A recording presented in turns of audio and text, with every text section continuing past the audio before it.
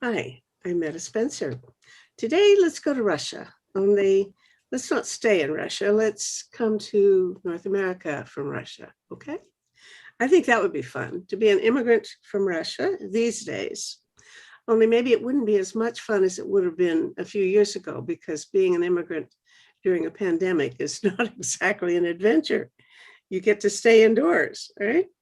Okay, so we have here three friends of mine.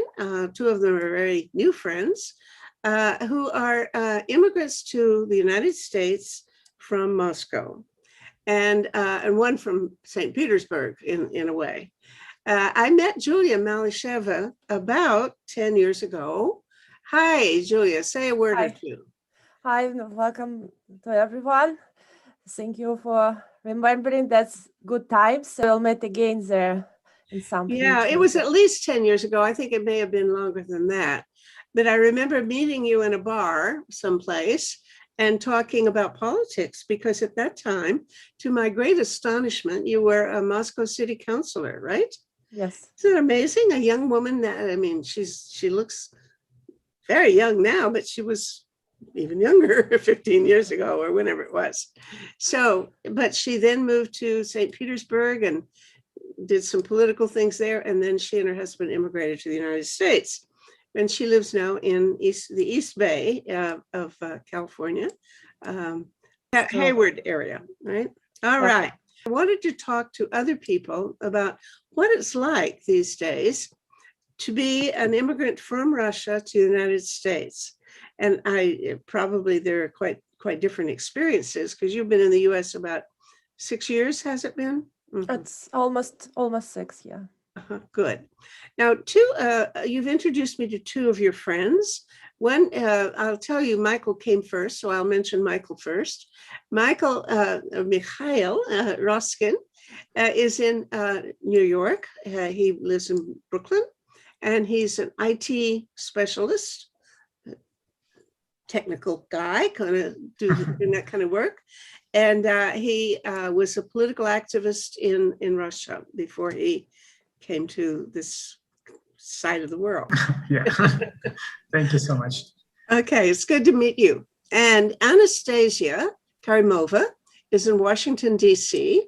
And as Anastasia had been a journalist for Vedomosti newspaper. For Kommersant.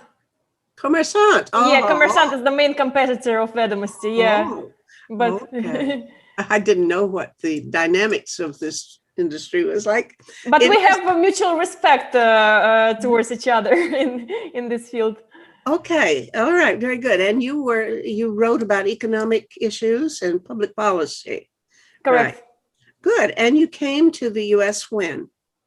I came here in 2016 for grad school, and I lived in Boston for 3 years, and then I moved to the Washington, D.C. area. Mm-hmm. What grad school program were you in? It was Fletcher School at Tufts University, and we studied international affairs. Oh, yeah. Uh-huh.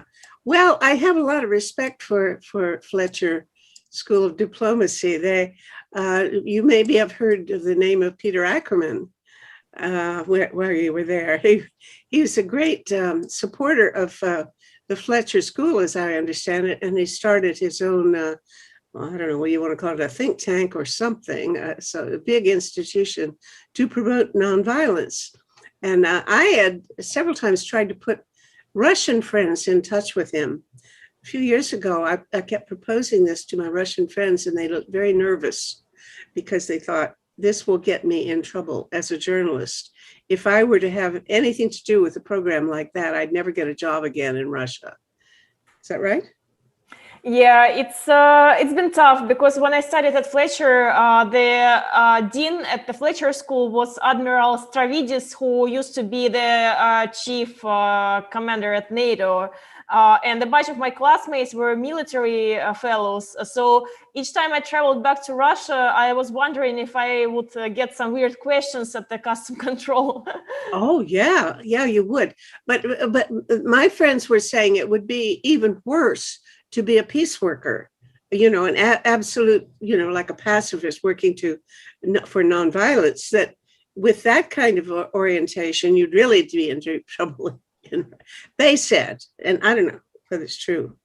It's really hard to tell what is dangerous these days in Russia, you know, because at this point it feels like almost everything is dangerous. Tough times. Yeah. Okay.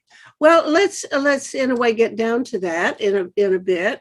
But both of you, all of you, were politically active when you were in Russia, and you've lived to tell the story. So obviously you survived it, and I don't know how difficult it was at the time, because probably when I met Julia, it must have been almost a fun thing to do. Right, Julia? I mean, that you were able to be a member of the Moscow City Council, and you didn't look like somebody scared of anything when I met you. Is that right, Julia? That's right. Look at Michael. He's not looks as scared right now, but it's much more dangerous when he lived like 1 year ago. So it was like a planned times that days.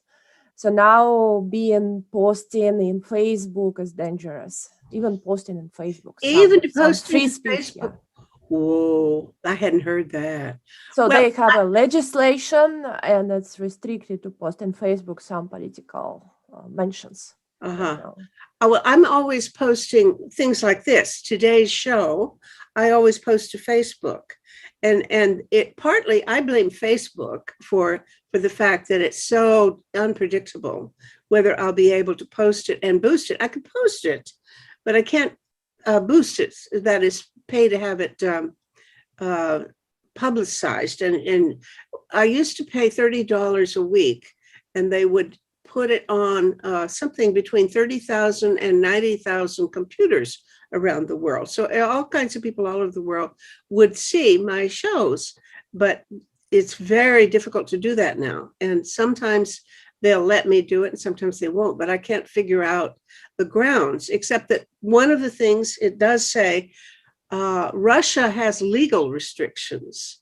Yes. I don't know what legal restrictions mean, but I do know that I don't try to post it to disseminate it in Russia now, because I know, well, I don't think I'll get anybody else in trouble, but it won't go through.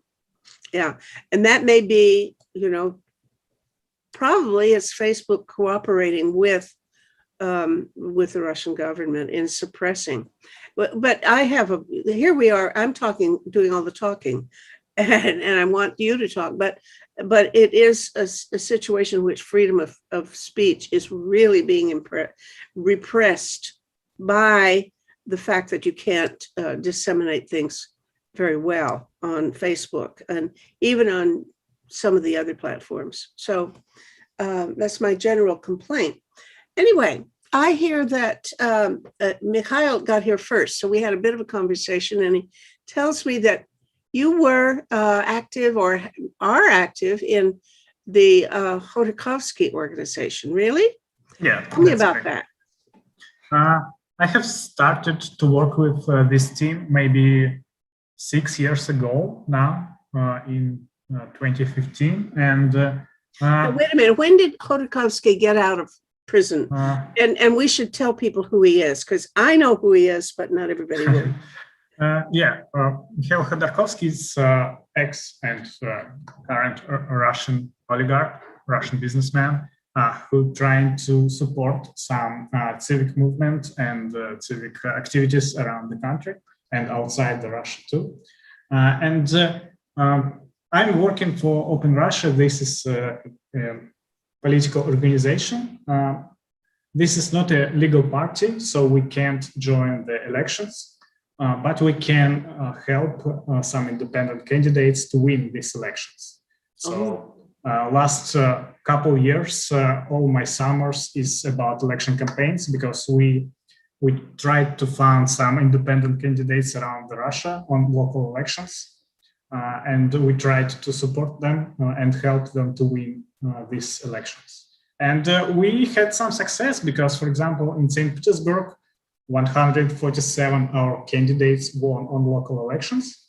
And that's a great result, I think, because we had maybe like 600 candidates and 147 won. So that's good result in the Russia right now. So yeah, our project was successful, but I'm not sure how it will be this year and following years, because all situation in Russia changing very fast.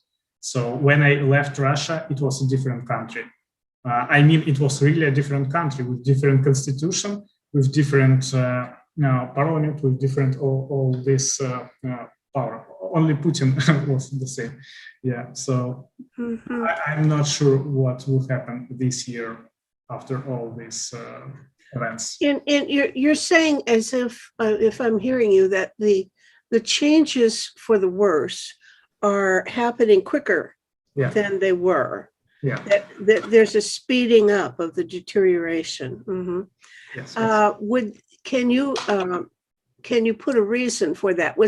That would have been before the pandemic began, right? Or would you blame it all on the pandemic? No, I don't think that pandemic is the reason why. I was thinking maybe that when Putin finally broke the law with all his presidential times, that happened maybe in 3 years ago, when the last presidential elections happened. So after that, each year is more harder for us, and it is really dangerous right now to join the opposition in Russia. Yeah, so I believe it started maybe 3 years ago. You were a candidate yourself for some office. What were you running for, and what party? Yeah, I was running for local elections, maybe 7 years ago or so, as independent candidate, and I was running for Russian parliament from as a part of Russian Party for the Freedom. Mikhail Kasyanov has a party, independent party, and we tried to win these elections, but we didn't succeed. Didn't get anywhere. Yeah. Well, did any of the candidates for his party get anywhere? Not really, only Boris Nemtsov, but he was killed maybe next year after that. What has happened to him lately? He was killed next to Kremlin, in the middle of the Moscow. Oh, Nemtsov. Yeah. He was. We were in the one party. I'm sorry, I thought you were talking about Kasyanov. Yeah, they were in one party. They created one party. I was in Boris Nemtsov team in St. Petersburg, at least. So yeah, that was. I see. And you were living in St. Petersburg. Yeah. Okay, so after that, it became more dangerous to be in any of the opposition parties. Yeah, I believe so. If we are talking about real opposition and not about opposition who just called themselves opposition. Okay. Well, all right. I'm glad you're at least, you came at a time just before the pandemic began. Yeah.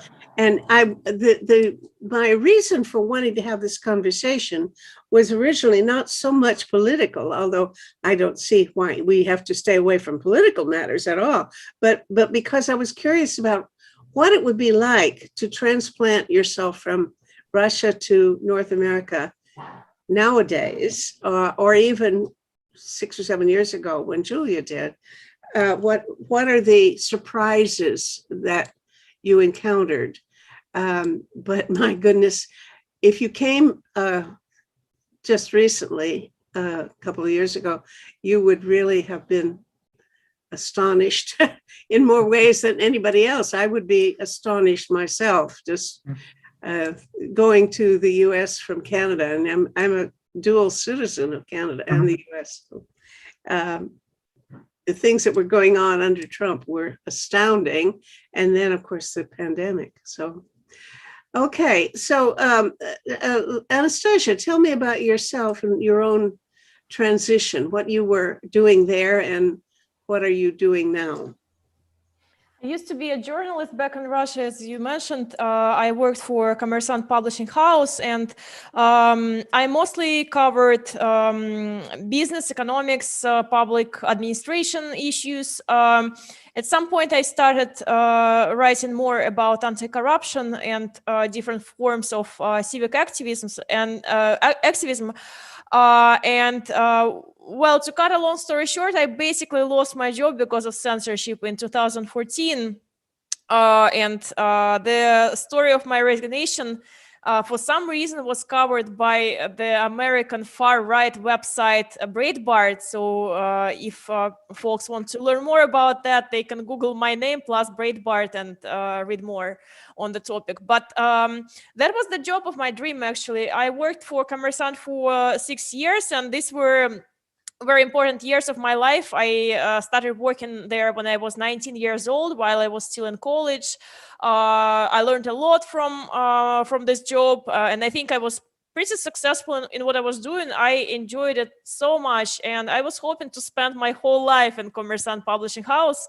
But then basically, my dream was stolen.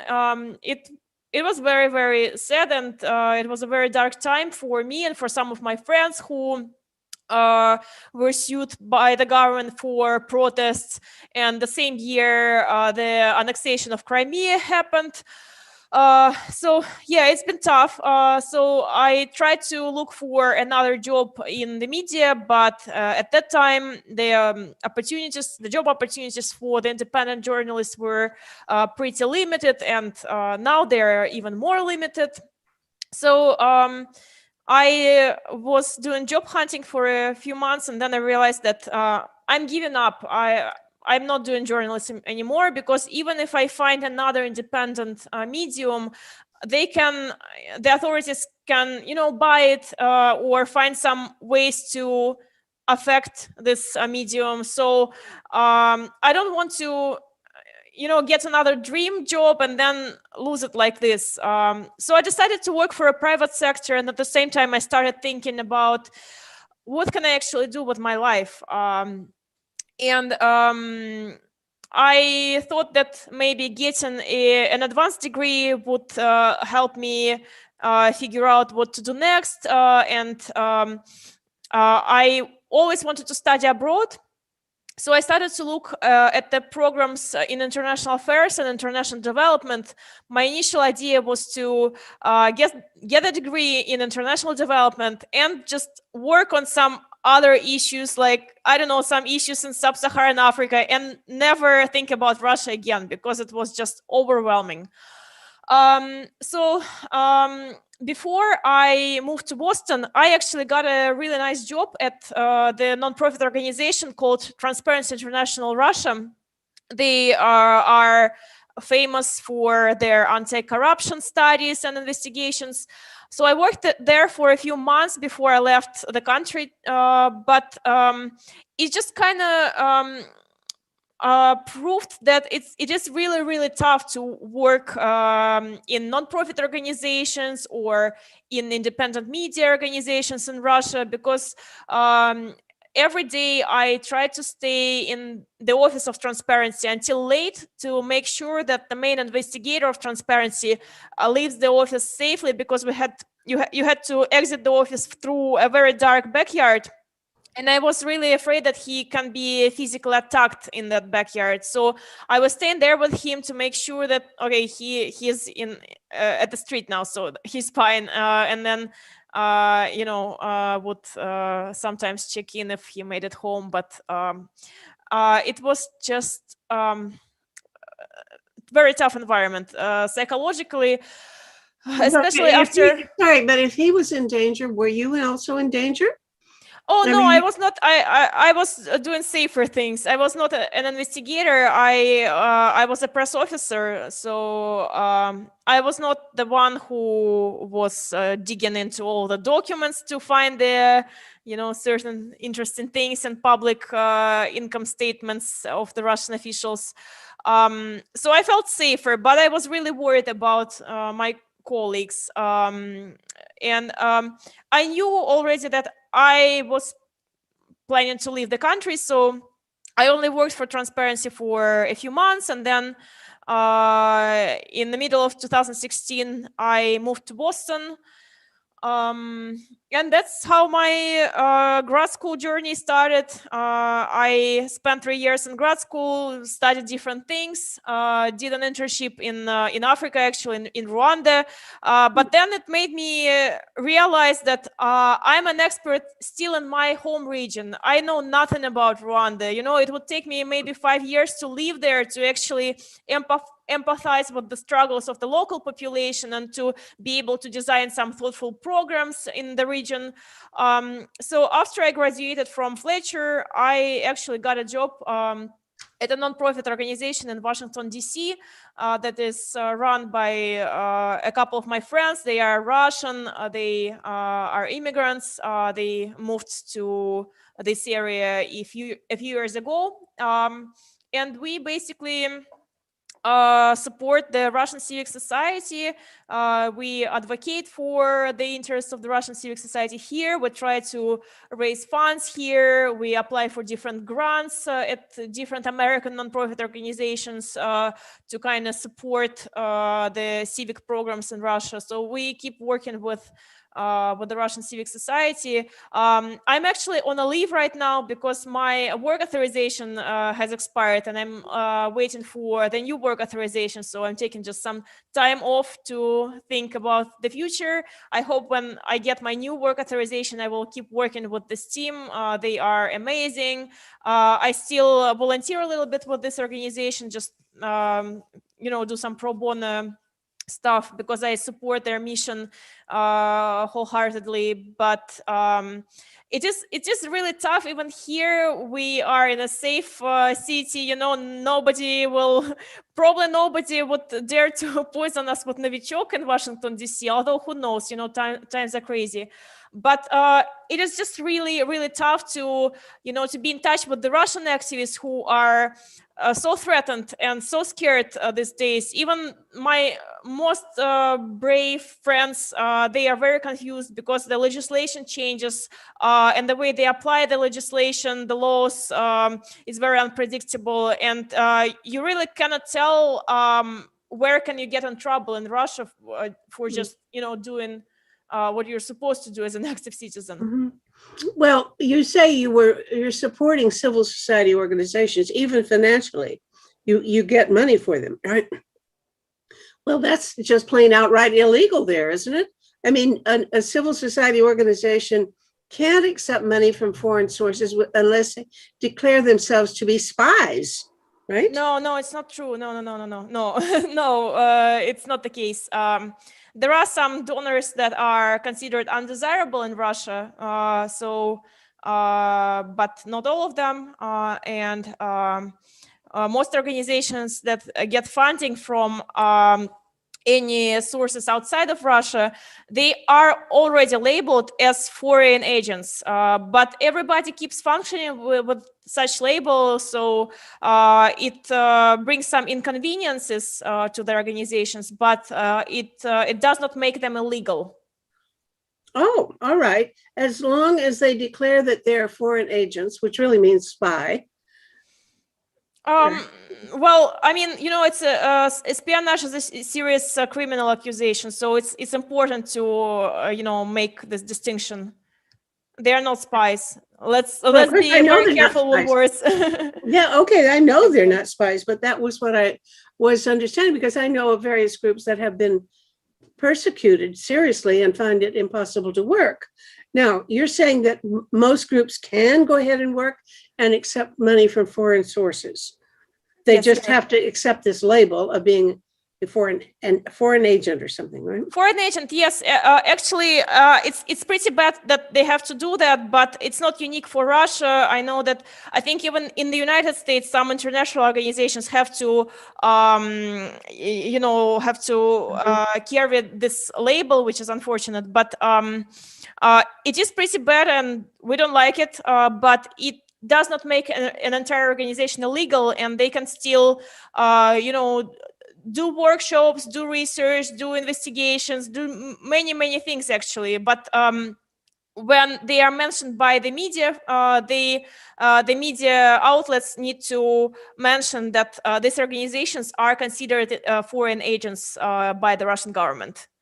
So that's just, this technical thing that makes everything slightly more complicated, but it's not impossible to still, Well, I am delighted to be corrected on that, because I certainly for several years have had the impression that it was like a death knell to be labeled a foreign agent. Okay, so I'm glad to be corrected. It's better than that. Okay, so Julia, let's go back to you. You've been in the US longer. And therefore, the considerations that may have prompted you to move may have been a little different from that of your more recent friends. What made you decide to move to the United States? So I was always a successful politician. I was running the election. I was winning 3 times. And it was just ending. So back in that day in St.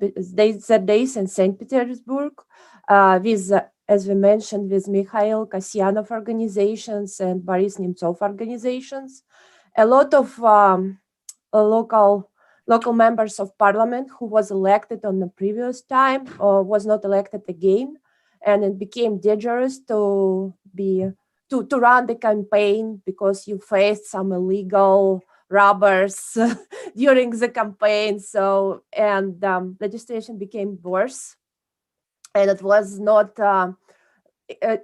possible to win legally, because they use some technologies which are much more powerful than ours.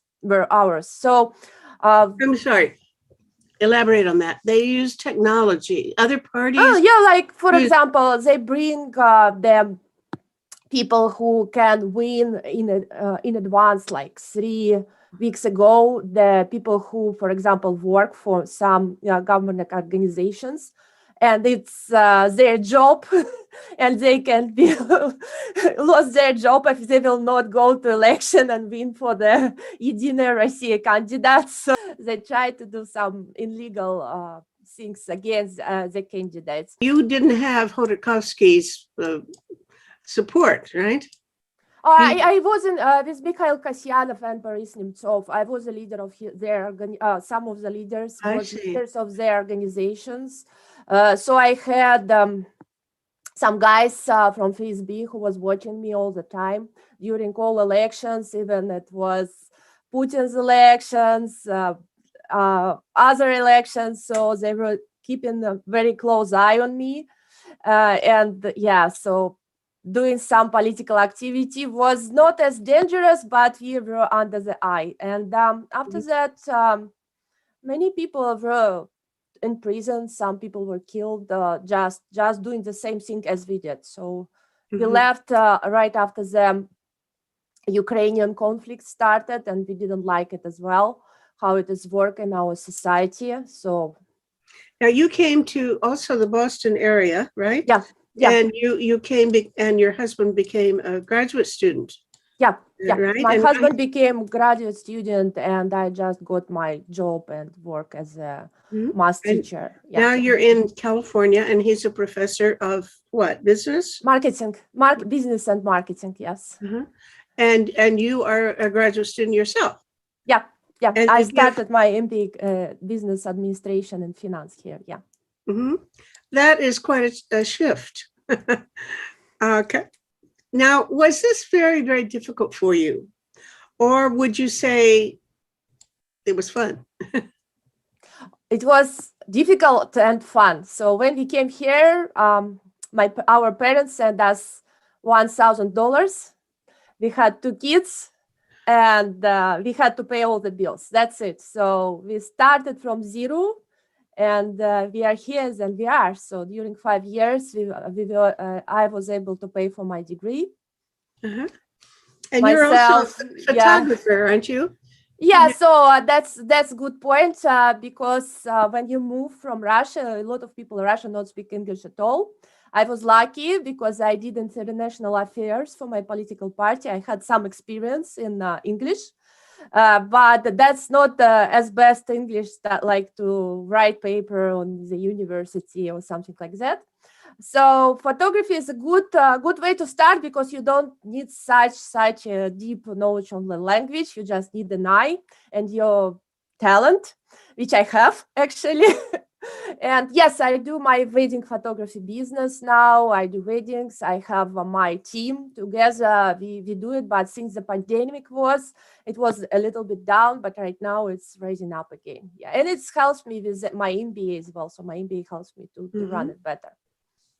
One of the things that, many years ago, I was going to Russia a lot. I would go at least once a year and sometimes stay several months. I haven't been doing that in a long time. I'm too old really to enjoy it, but I had a lot of Russian friends who were dissidents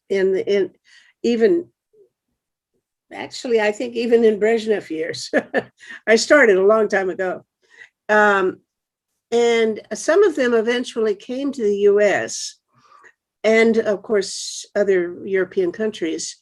Mostly, I think they stayed there, but the ones who came never seemed to become political. They never joined peace groups or other activist organizations in the US. And I think they did not become really, on the whole, engaged politically, even those who stayed in Russia. Very few of the former dissidents tried to become political activists.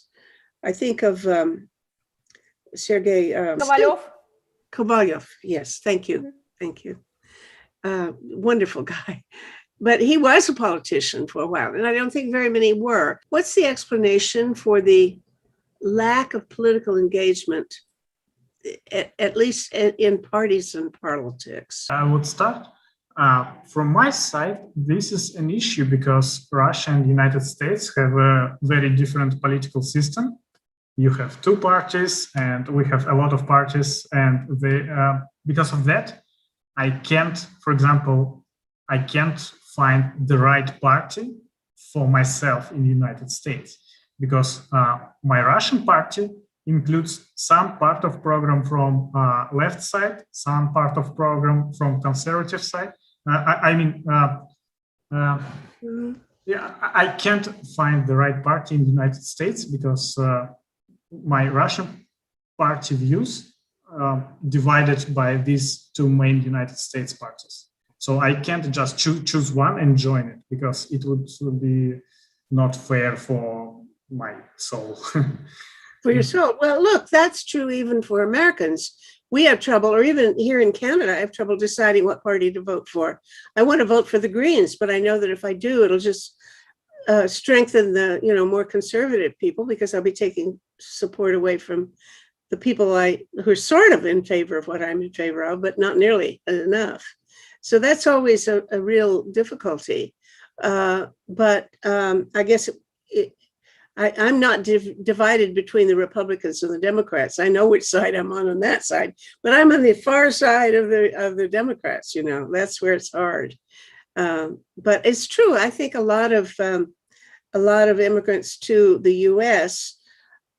I remember having the only really profound insight I got into the good reason for being a Republican was when I visited Lyudmila Alexeyeva and interviewed her twice at great length. And she had come to the US and she tried to be political in some way. She was actually a US citizen, I think, for a while. She said something like this: the Russian people have been unable to take care of themselves. It's been the government. If I wanted a good apartment, the government would provide it if I got it. There's no other way. And everything was decided for me. All I had to do in the party or in the country was go along with whatever the government decided. And all of my decisions were made for me. And she said, when we got freedom, people were like children. They didn't know how to take care of themselves or make decisions for themselves. And she said, it's going to take another 15 years for us to become grown-ups and be able to be responsible for ourselves. And then in a somewhat different part of the conversation, she was talking about how she was in the US during both Jimmy Carter's and Reagan's administration. And she preferred Reagan's administration. And I think that the logic was, you don't want big government because you don't want government making you so dependent that you can't run your own life and make your own decisions. And that she admired the Republican attitude of emphasizing the autonomy of the individual and the responsibility of the individual for himself or herself.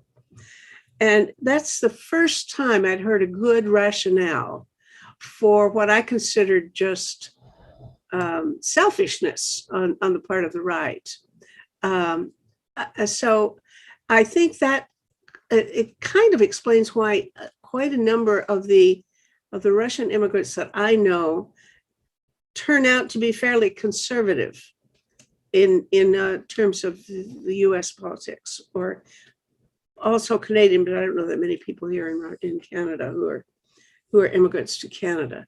Is that consistent with your impression, or am I making up this explanation out of my own head? Yeah, it's feel right to me, I think. And one more reason is because, at least myself, I don't really understand the context of all issues, American issues. I mean, I can decide something about like human rights and all human stuff, all human issues. But when we speak about like economy or some specific city issues, I just don't understand. I don't understand how healthcare works in the United States because we have a different system in Russia. I don't understand some like school, some topics about school or whatever. Yeah, so this is a second reason why I decided to step out for a while and maybe take a couple of years just to feel this country and understand what is going on in each topic.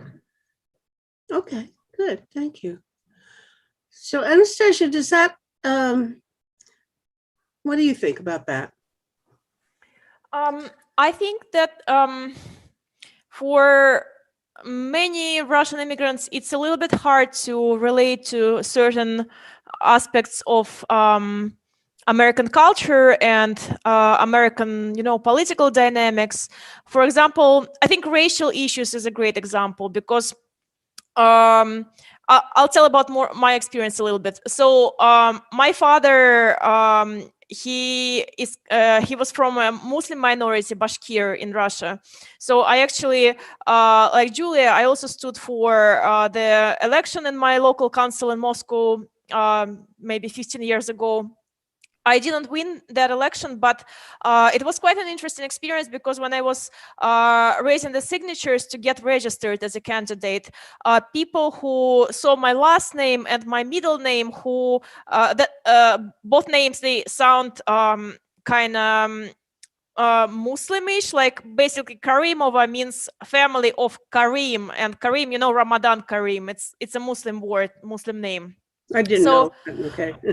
Yeah, so anyway, for the Russian people who would see my last name and my middle name, they would figure out that I'm not Slavic Russian, probably. And some people were really mean to me. They would throw my papers in my face and they would scream at me, go back to Central Asia. I've never been to Central Asia, so that was kind of weird. But then some people go even further, even without knowing my name. They could figure out that, my facial structure does not look like 100% Slavic. I have larger cheekbones. So they would start asking, who are your parents? Where are you from? So it was interesting. And then I moved to the United States, and suddenly I just became an average white woman, and people perceive me here as a privileged white person. And there is this this meme, okay, Karen. Karen, that's how they call this entitled, privileged, middle-aged white woman. Yeah. So suddenly I started to get called Karen for, in different situations. When, for example, in one situation, people were saying some homophobic things actually, and I called them out. I pointed that out. But the people who were saying these things, they were not white, and they immediately called me Karen and said that I'm a white person, an entitled white person who dominates the space. I try to be very sensitive to racial dynamics in the United States, and I do understand where these people are coming from, that they've been oppressed for centuries. Their families have been oppressed for many years, and there is definitely the institutionalized inequality, and the access to the opportunities is very different for an average white person, an average black person. Still, it's a little bit weird to be treated like that, especially given my circumstances. For example, when a black United States citizen would tell me that I'm a privileged white woman and I'm an immigrant, I don't understand some of the memes, some of the quotes, some of the words in English, and at this point I don't even have a work authorization, and I cannot even apply for a driver's license, and still somehow I'm that privileged person. So it's a little bit awkward, and I understand why some Russian people, they get irritated when they are perceived like that. Like, why in the world am I privileged? Some Jewish Russian people who experienced anti-Semitism back in Russia, in the USSR, they come here and again suddenly they are privileged. So I think that's why some people, they feel uncomfortable, joining any activist groups, because they don't feel understood and they don't understand fully the racial and social justice dynamic here. Plus, I think there is another issue, is that because people in the USSR, they were forced to perform in groups. For example, there were these collective farms and the pioneer organizations. Some people, especially of older generations, they have hard times joining any movements or collaborating with other people. People tend to be pretty individualistic, and maybe that's why they stay away from any large political organizations. Fascinating. Well, I have to say, it's not just you who find current racial rhetoric or ideology quite surprising and difficult. I do too. I think it's what we call nowadays is called wokeness, wokeness and cancel culture, and a whole bunch of terms that go into this this different attitude which emphasizes ethnic identity rather than tries. Now, I became, when I was 18, exactly the day I was 18 almost, I moved into an interracial co-op in Berkeley as an undergraduate first-year student in California, at the University of California. And so I lived in a Black, interracial community for several years, and the attitude of that was prevailing there at the time was one of attempting to be colorblind, so that you would discount and learn to bracket out and not act on the. I think we're all racists in the sense that we're part of the culture. We learn the stereotypes that go with all of these images, etc. Just the way we learn nursery rhymes, this is part of the culture. You can't help learning it. But then as you become more sophisticated, you learn to bracket it out and not act on the basis of it, or hold it apart and say, here I catch myself being sort of racist. Okay, forget that. Don't think that way. So our attitude was very much one of attempting to overcome any emphasis on race, and the distinction between whites and blacks was supposed to fade away if we got our way, And that is still kind of the way I see the world, that the solution to injustice is to just make sure that everybody gets equal treatment, and to ignore ethnic differences. Well, that is absolutely the opposite to the prevailing attitude now, that in this wokeness culture where you want to emphasize that, yeah, you're part of this ethnic community. You're white, you're black, you're a woman, you're gay, you're whatever. And you can never overcome the viewpoint that goes with that identity. So just fight for your identity, for your group. That kind of orientation is bewildering to me. And so, I mean, it even goes so far as, I would say, the notion that anybody should get promoted because you're a female. 15, 20 years ago, they started saying, well, we have to find a woman to be on this panel. Well, I wanted to say, let's find the best persons to be on the panel, the most qualified and interesting ideas to be represented on this panel. And we assume that, of course, women will be part of the mix. But that's, it's shifted to, we have to find a woman. And I always thought, I don't want to be chosen because I'm a woman. I want to be chosen because I know something of value. But that is not a popular point of view nowadays. And if you were coming into the US when this was becoming the norm, I would find it very confusing. And in fact, I myself find it very confusing and difficult to accommodate to. Does that fit anything your experience? I would probably make a point that I actually disagree with you, because I am a supporter of affirmative action, and in general, I support identity policies, and in general, I think ethnic identities, they could be very interesting and beautiful, and it's worth not hiding it. And I know that I will always be Russian, even if I ever get the citizenship in the United States. I will always remain a Russian person, in my heart.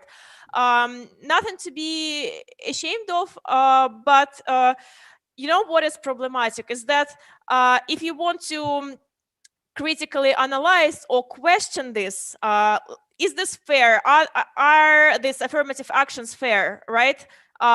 You can get canceled, and that is the problem. Even though I support affirmative action, but the fact that if you ask, like, is this even fair? You can get canceled and silenced, and this is not fair for sure.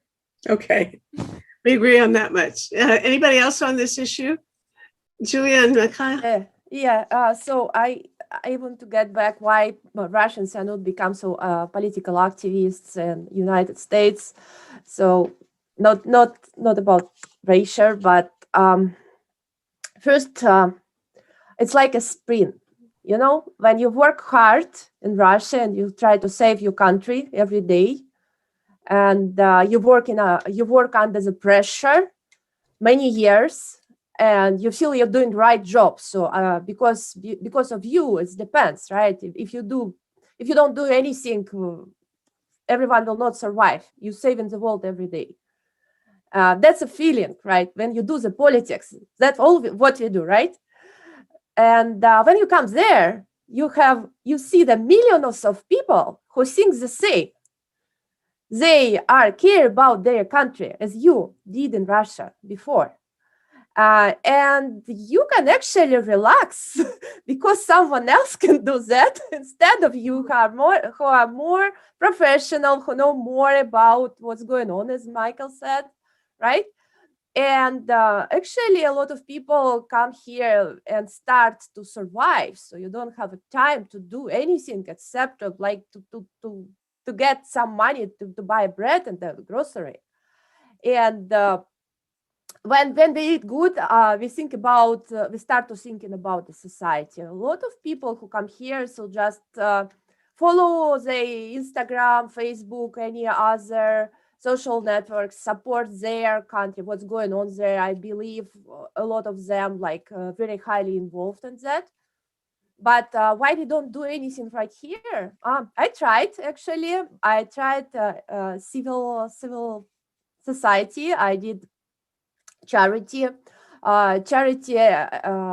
event, and it was like my newborn as an activist in United States. When I moved here in California, I did some charity event.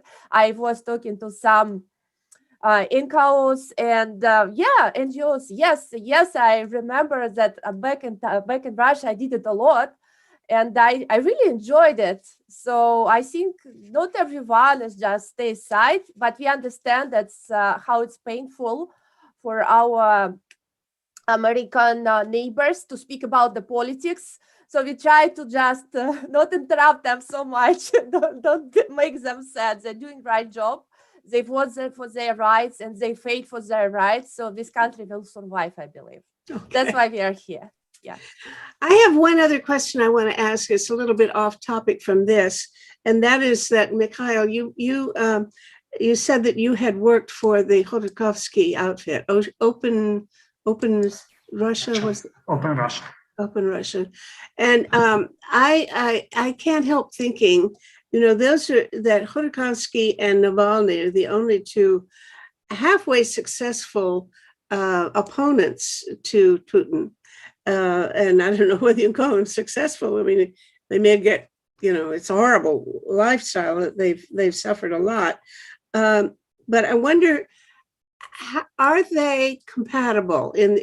Are the political groups that are in their two camps, are they compatible?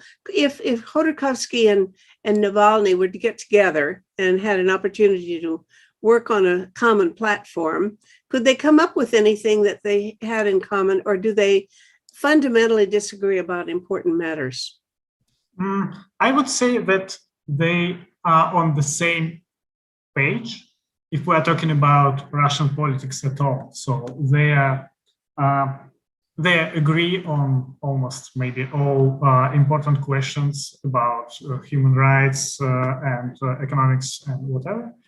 But this is at two competitive camps, competitive organizations. And that's true. So I know that both of them are a bit jealous about each other and about success of each other. So that's true. But I would be careful to try to think what will happen next, because they were two different organizations. But since last week, Navalny will have no organization and he's in jail. So I saw some steps from Khodorkovsky to try to be more friends with Navalny right now, because they are not competitors right now. That's my point of view. So maybe guys will think another way, but I believe that they could potentially unite their power. Yeah. Mm-hmm. Okay. Well, the people that I know in Russia who dislike Navalny, and certainly there are plenty, are not enthusiastic for Putin, but they believe that Navalny has a very bad record as a nationalist. And I don't. And on the other hand, I've talked to people who say, "Well, that was in the past, and he's overcome that." Yeah. And what do you think? Yeah, I have a personal story about this, because when Navalny was a nationalist, I was a very pro-Putin guy. I was thinking to join the military and to join the special forces in Russia. So people changed, and I'm a great example of that. So, I mean,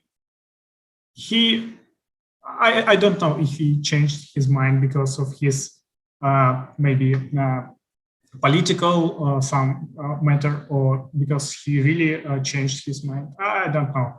But for the last 10 years, he is one of the good guy in Russian politics. Does he say he's changed his mind? Yeah, I believe that he changed. That's my Yeah, but I mean, does he claim that he's changed? Because, he might have changed, but not want to say so or something. Does he have anything like a platform? I mean, it's beyond being anti-Putin. What kinds of policies would he promote? Economic and other, and for example, foreign policy. I'm not very familiar with this, but he has a platform for sure, because when he tried to win presidential elections a couple of years ago, he worked with some famous economists, political science scientists. Yeah, so they tried to prepare a fundamental program, but I'm not very familiar with it. So one of the projects I'm working at is called Reforum. It's a website about reforms that Russia needs to become a sustainable democracy and a successful and comfortable country. So on our website, reforum.io, we actually recently published this article called Who If Not Putin? Where we were talking about different political programs of the candidates from opposition. And we actually analyzed the stances of Alexei Navalny, and he has some very interesting ideas, actually. So first of all, in his programs throughout his career, he was talking a lot about how to make Russia a true federation, not just on paper, but how to empower the regions and the different states and the republics within the country, how to give them more power and more opportunities to decide what to do with the taxes, for example, what kind of local legislation do they want to implement. He also talked a lot about economics. He is a supporter of the idea to kind of rethink the privatization that happened in the 90s after the fall of USSR, when many state companies, they became private. Mm-hmm. So Navalny thinks that the way it was done was unfair, because that's how we got oligarchs, because they immediately got access to all these former state companies, and they became ludicrously rich. So Navalny thinks that we need to basically redo the privatization that happened almost 30 years ago. He also talks a lot about the reform of judicial system. And here I strongly agree with him, because I think that if we don't have a fair and independent court system, it is really important to enforce any good reforms in Russia. It is really impossible to make Russia a fair country. So he also talks about police and army reform, and he is a strong supporter of independent media. And yes, he still talks about national policies a lot as well, but he kind of presents himself as a patriot. So he thinks that people should be, in ideal country, people should be proud of their nation. But he also thinks that the national policies within the country should support the ethnic identities and different ethnic language groups within the country. Okay, well, most of those sound not only good, but they sound as if he's kind of echoing his background in Yabloko. Yes, to a certain degree. But and what I really appreciate about his program, although I disagree with him in some aspects, he's also a strong supporter of secular state. Even though he is an Orthodox Christian person, he believes that this trend of the Russian state, Russia as a country, becomes more and more, Christian, more and more religious, Mm-hmm. and he thinks it is not right, it is not good. So church and the state should be separate. Well, this is interesting, and I'm glad to hear all this. And our time is not only up, but we've run over. I think the U.S. is very lucky to have all three of you. You're on the way to fixing what needs to be fixed in the U.S. as well as your own homeland. Okay. Thank you. Thanks very much. Good wishes. Bye-bye.